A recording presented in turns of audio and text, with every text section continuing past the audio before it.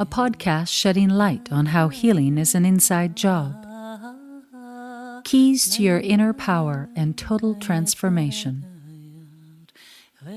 Discussing wholeness, wellness, and the effects of the mind on the physical and energetic parts of our being. Release and rewire to become what you truly are: strong, whole, and empowered.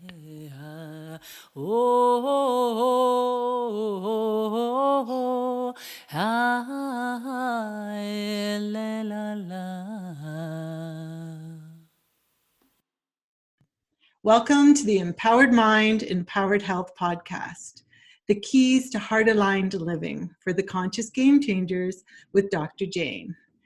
Please like, share, and subscribe this video. Just be the wave. Today we have David Brule. David is a homeopath, and he's co-owner of Riverdale Homeopathy in Toronto. David has done some wonderful things. He's been a coordinator of a research group, INCAM Research Network, and he's currently doing some research projects in homeopathy that he's going to share, the ups, the downs, and the hurdles of doing research in homeopathy. But first, David, tell us your story of how you became a homeopath. Sure. Hi, Jayne. I'm really pleased to be part of the podcast. I guess my homeopathy origin story, a lot of people will find familiar. I was, a typical person, never touched homeopathy through my childhood. My family was not part of that. And then at one point, my partner saw a naturopath who ended up being a sort of an infamous naturopath homeopath in our community, Fernando Ania, and she started being treated with classical homeopathy through him. I wasn't a sickly person, but I did have hay fever. And she encouraged me to just try a remedy.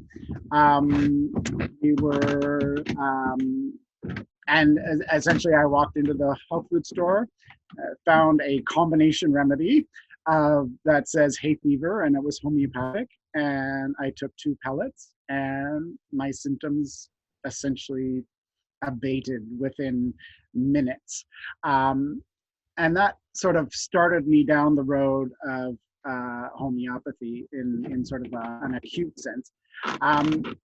From there, we had, what we did as a family, we were all, both of us were kind of not that much into conventional medicine. We were about to have a child. We had a midwifery experience that was very positive. And at some point, we bought a little home remedy book by Dana Allman that essentially described what, remedies to take for colds and flus and bumps and bruises and all that kind of stuff. And here we are wanting to sort of live out less conventional healthcare model that sort of resonated with us, and I essentially started using the home remedy book on ourselves and on our newborn when small things sort of arose. And then we moved to France. At that point, we were living in the US at that point, and it's hard to find medicines, and so it still kind of seemed weird that we were being somewhat subversive. We brought our remedy. We moved to France in 1994 for 1 year with our 1-year-old in tow, and brought our homeopathic remedy book, and didn't really have any health coverage in France. And so when you live in France, you wander the streets and you notice homeopathy is everywhere. It was like every pharmacy had a homeopathy section, And so that kind of, a light went on at that point, just saying, hey, this isn't just for super alternative people. It's like being used, by a lot of people in this other place. And so that's when we just kind of dug in, or I dug in. My partner was doing other work. She was working as a historian, and but I was at home taking care of our daughter. And every time something came up, I would dive headlong into that book and see what remedies came up, and then just started treating, for just sort of the small stuff, colds and flus and whatnot. I was hooked. It was sort of an elegant medicine. It was, relatively safe, especially in low potencies. And I just really felt at home with homeopathy. A year later, we came home to Toronto. I didn't have a career at that point, and was still sort of using the homeopathy at home, and then found that there was a homeopathy school in Toronto. There was actually two. I didn't know that, but there was at least one.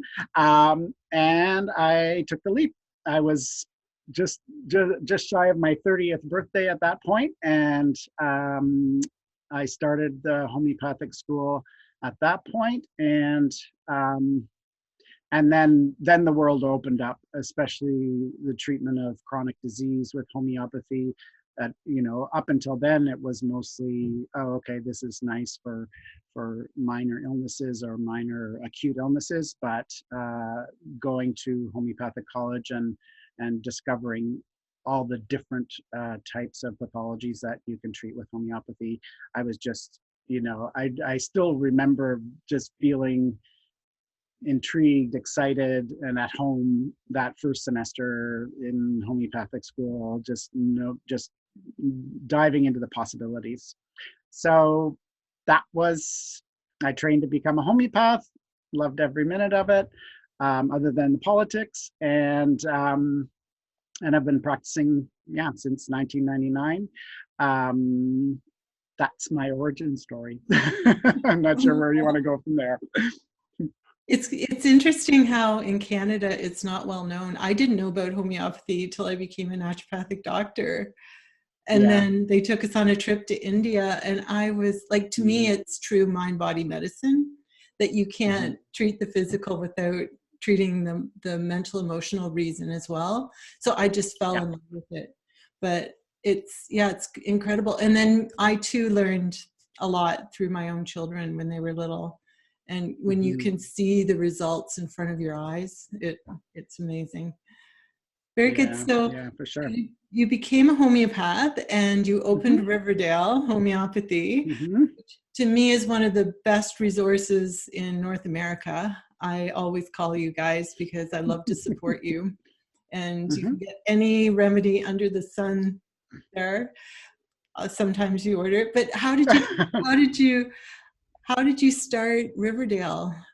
I've always Oh boy, that's a good. It was kind of okay. So you graduate from homeopathic school or naturopathy school, and you hang up your shingle, and then a few people come, but not that many.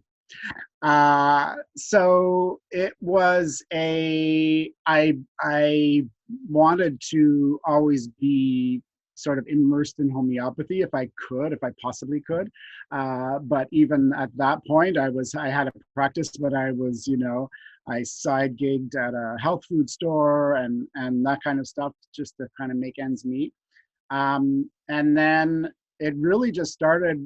There was one of the homeopathic schools that was looking for someone to supply their textbooks. And myself and my business partner at the time said, hey, why don't we give this a try? And so I started, essentially ordering books. It started with books. We were in a second floor clinic at that point. and just sort of, sold books out of that small clinic space. And the retail side of things for me just kind of snowballed, and it was kind of, obviously I wanted to stay in the homeopathy field. We sold books, and then people started asking me, oh, can you get your hands on this remedy or that remedy, that kind of thing. And then, it just kind of snowballed from there. It's been a very long, slow process of, not making a lot of money, but always, looking at it as a long-term project, and wanting to be a resource for the homeopathy community in Toronto, in Canada, and globally.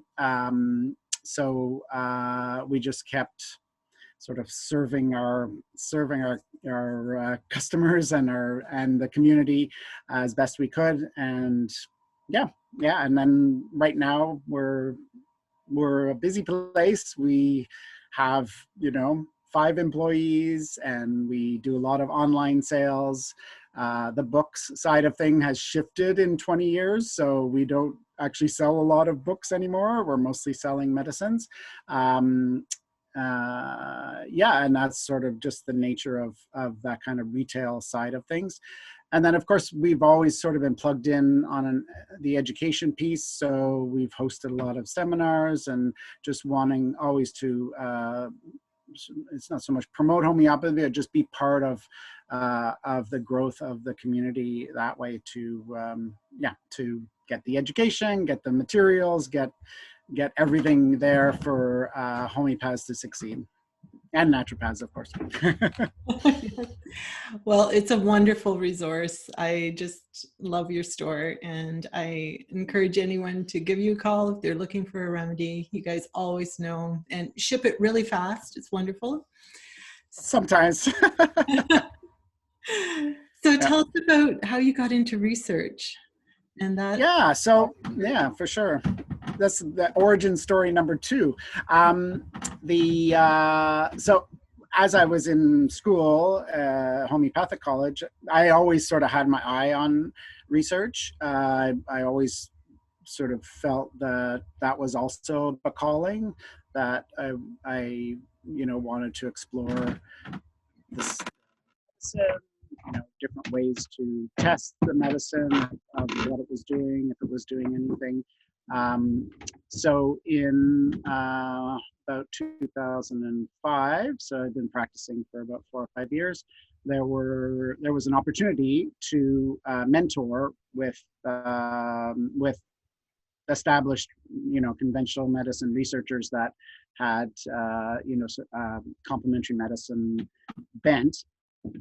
And it was a grant, and it was, through Sick Kids Foundation, and they were looking to build the capacity of complementary medicine research in pediatrics.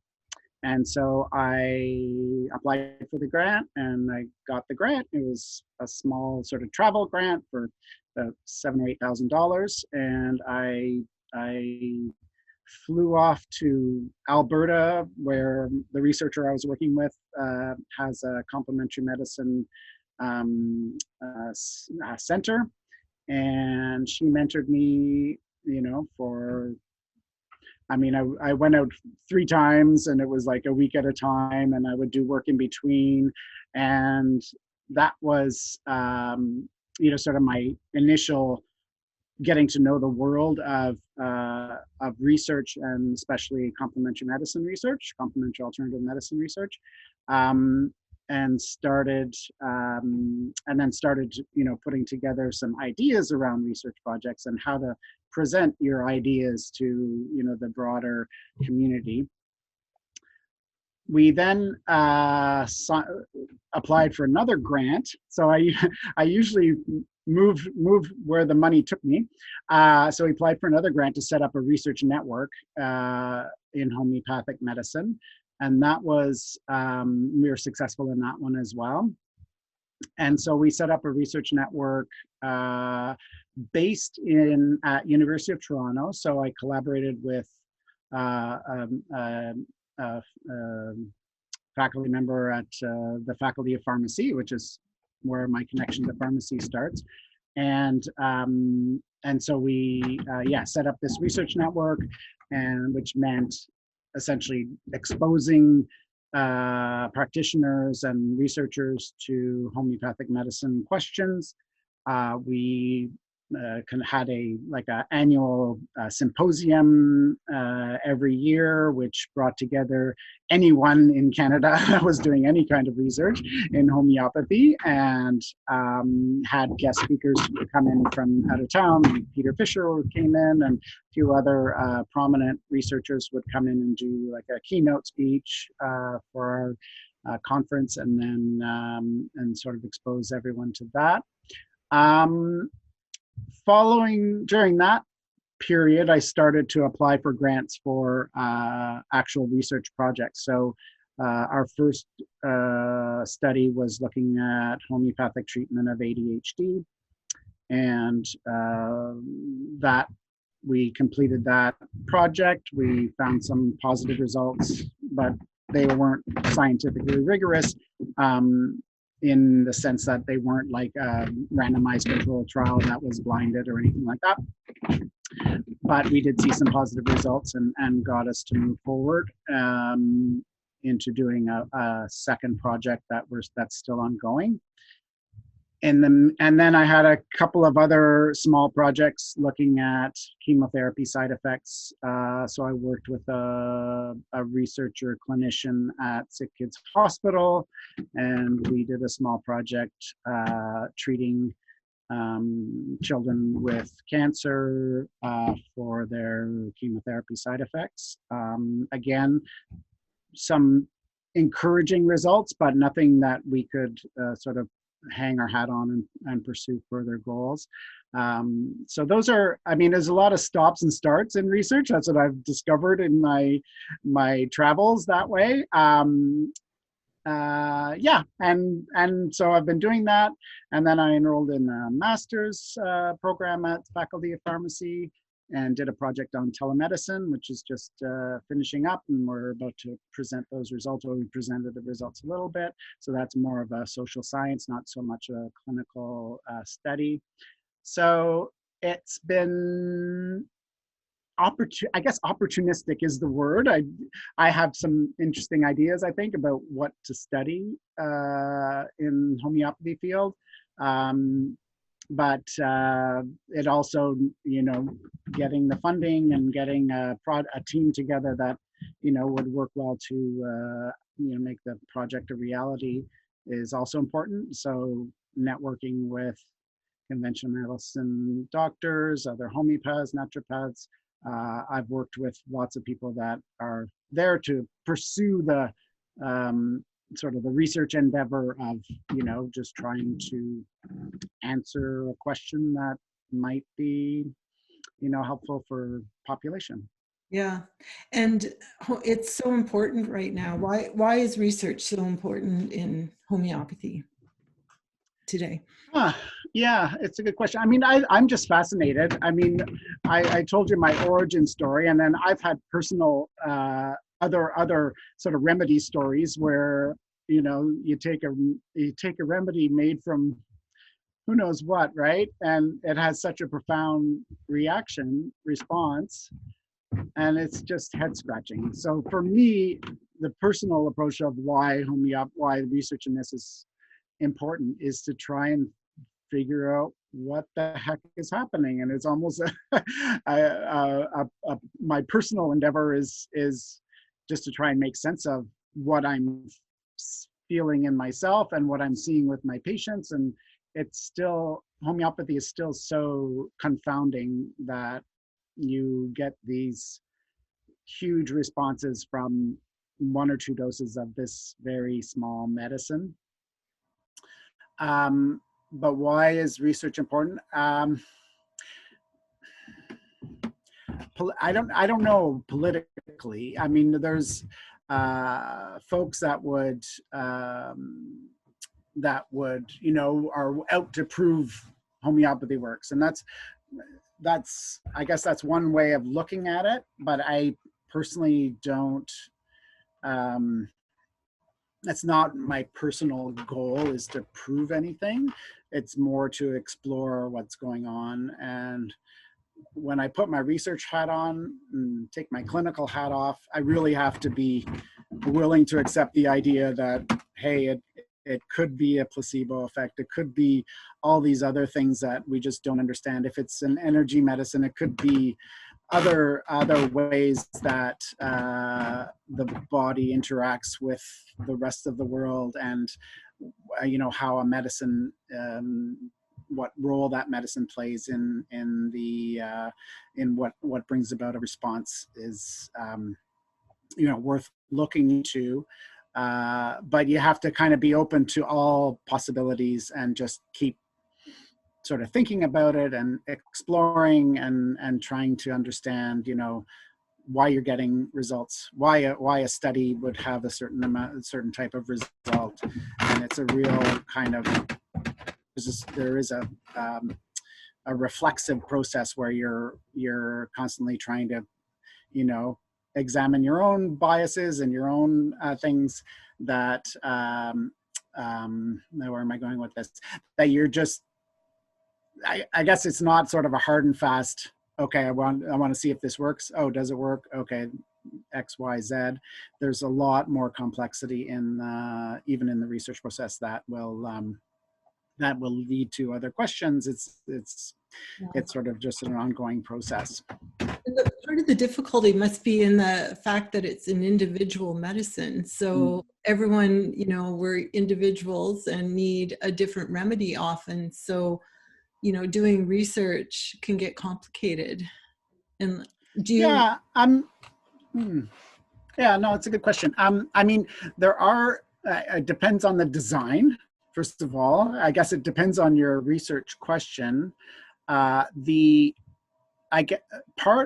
What I, coming at it as a classical homeopath, and as you say, individualized medicine, and I consider that sort of the gold standard of clinical practice. So I wanted to investigate that element of it. So, but there's other research in homeopathy that will essentially, find a clinical situation where you would be giving the same medicine to everyone. So there's been research.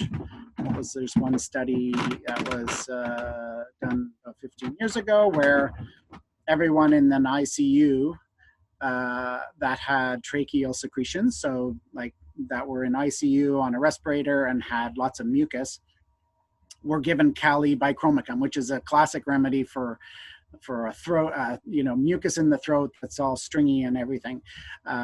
So they gave everyone the same medicine. So, and that they saw some positive results and moved on from there. So it really, you can design other studies, depending on what you're trying to answer, I guess is my point. But it's also dependent on how the researcher wants to, what questions they want to answer. And for me personally, I'm like you, so you have to, I'm committed to classical homeopathy and individualized homeopathy. So designing that study that will sort of take all that into account, they can still be built. Those research studies can be built. They just might take a little more effort and time and thought that goes into it. Doesn't fit into the classic sort of drug model of a research project that is like, okay, you have condition A, you give drug A, and you see what the results are. It's more, you have a patient, you decide what medicine they'll need, and then look at the outcome following that. It's a lot more complex than like a straightforward sort of testing a drug trial in a general population. Right. Well, and helping chemo patients must be similar to the mucus after an operation, because you're dealing with very similar responses with the body. Exactly. And that's kind of what I found. I went into that project. We only treated 9 kids. So it was a pilot study because we wanted to see if we could do a larger study. And it ends up, we our conclusion of that study was that we didn't have enough uptake to be able to do a larger study. Regardless, my clinical findings was I went into it thinking, okay, I'm going to treat these kids classically. I'm going to take their case, look at the symptom picture, and prescribe it. Chemotherapy, I had a little bit of experience with it before doing the study, but during the study, symptoms were not distinctive. So I ended up prescribing one remedy almost, I think, to every one of the kids, which was cadmium sulfuricum at the point of post-chemotherapy. So it was, I would see them, they would have a chemotherapy treatment, and I would see them within 48 hours. And the first remedy I gave for everyone, because their symptoms were just blah, they were just feeling crappy, they didn't have anything distinctive, is I would start them all with cadmium sulf. And then probably 3 or 4 of them got to the point within a week, because we were only treating them for 2 weeks. They got to a point within a week, their symptoms started to abate somewhat. And then a symptom picture emerged where you could treat a little more classical, with classical homeopathy, and you can try and identify a medicine that's fits with their, their mental emotional state and all that kind of stuff. But yeah, the chemotherapy was a lot like that. Yeah, start them with that and then move on. Yeah. And there's been other research. Yeah, the other research that just was published this year. I mean, out of Germany, really impressive study in a similar population. They were just looking at adjunctive homeopathy with other conventional treatments.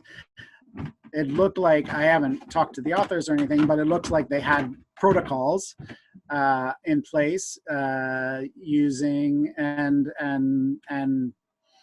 they're using a lot of phosphorus and arsenicum were like 80% of the prescriptions right off the bat, and then then there was a whole bunch of other smaller remedies, and then a cadmium sulf was there as well for sort of acute treatment. So I know the authors, and I'm curious to see their clinical experience, but it does look like, yeah, these kinds of treatment protocols, there's, especially in these kinds of conditions with cancer treatment and whatnot, you have a handful of remedies that are going to just kind of get past the initial assault of whether conventional treatment, and then hopefully you adapt afterwards with other more constitutional homeopathy, for lack of a better term. I'm not sure.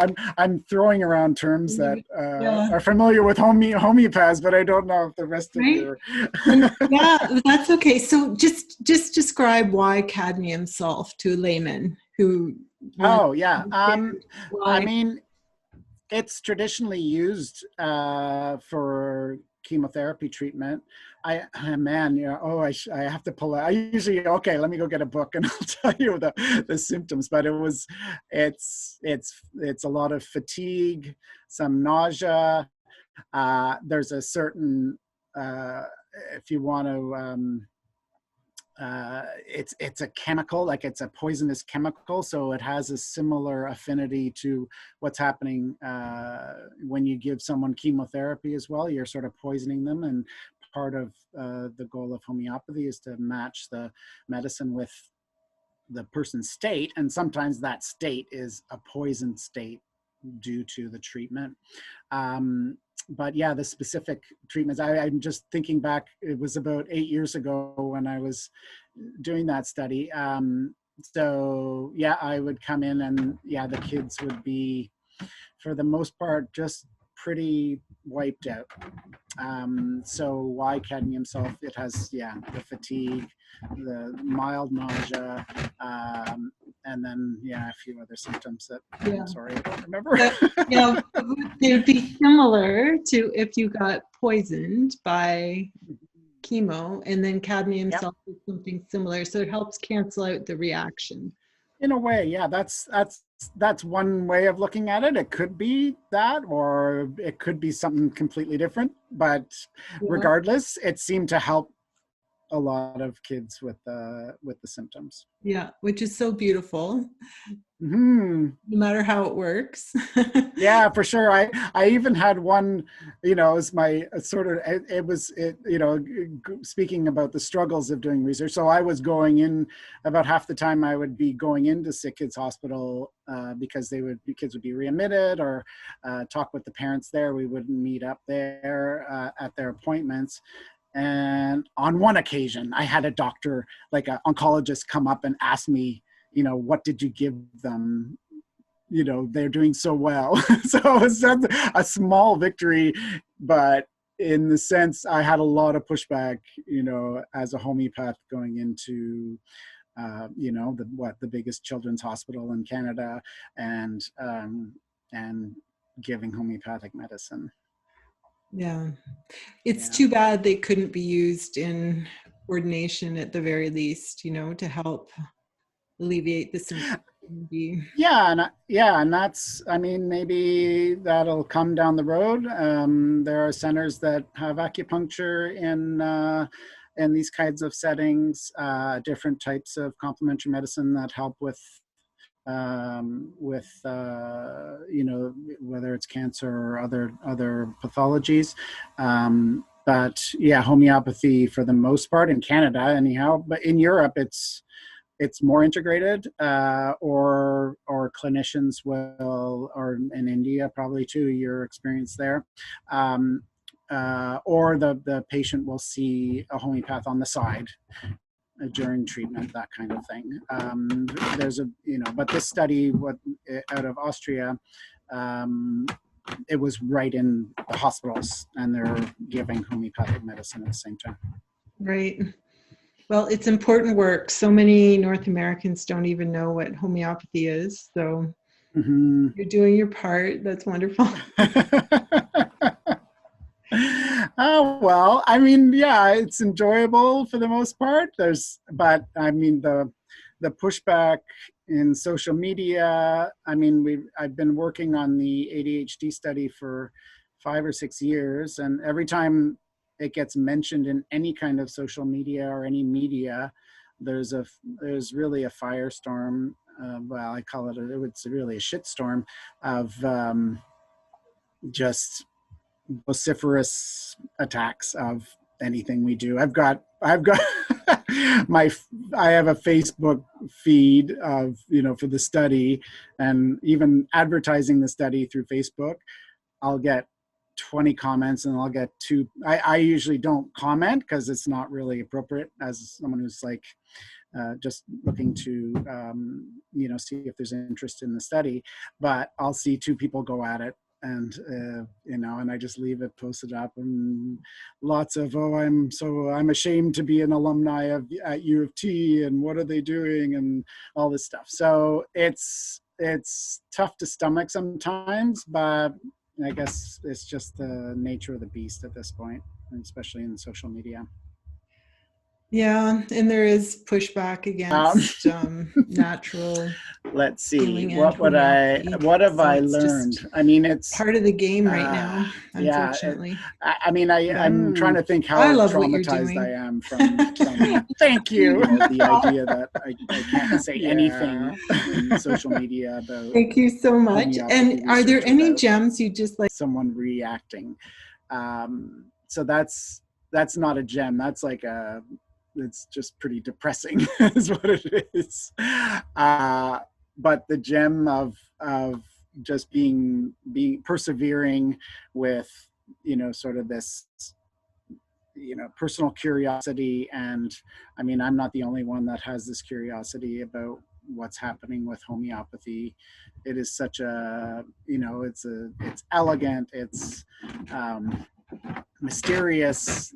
We don't know what is happening when you take a medicine, when you take a remedy. It's ripe with just all kinds of questions. And I know as clinicians, we usually just put that aside because we're trying to treat our patients.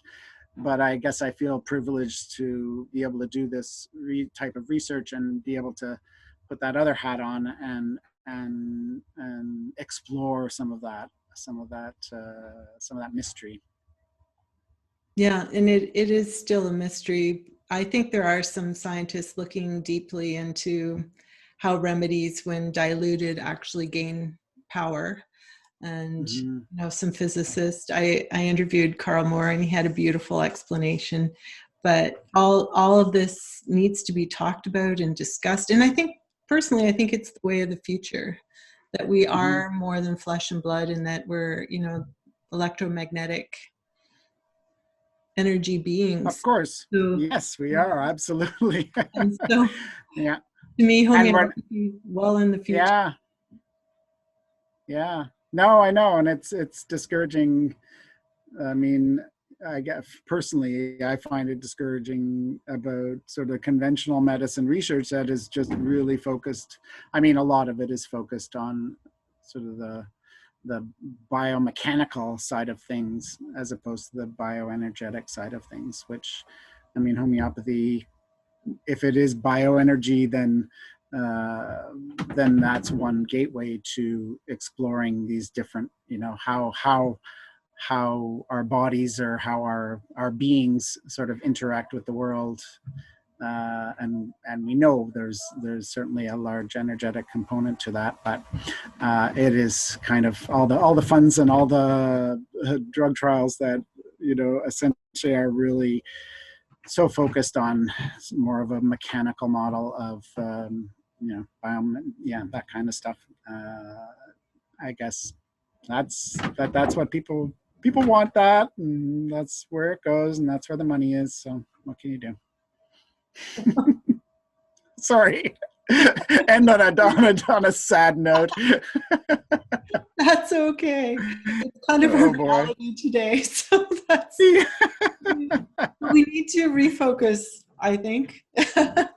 Yeah, I mean, and I mean, what we as individuals choose to do with our curiosity and our life is up to us. So as long as that stays, I mean, I think there's definitely enough of us out there that are interested. So yeah, well, I do believe the world would be a better place with more homeopaths. Thank you.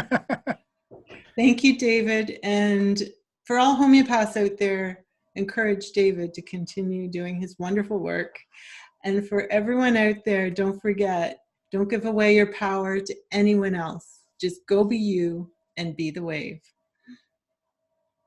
David, thank you. And I'll share your information and how people can reach out to you at Riverdale Homeopathy. Sure. Yeah. Fantastic. Yeah, I'm happy to answer. I'm usually pretty responsive give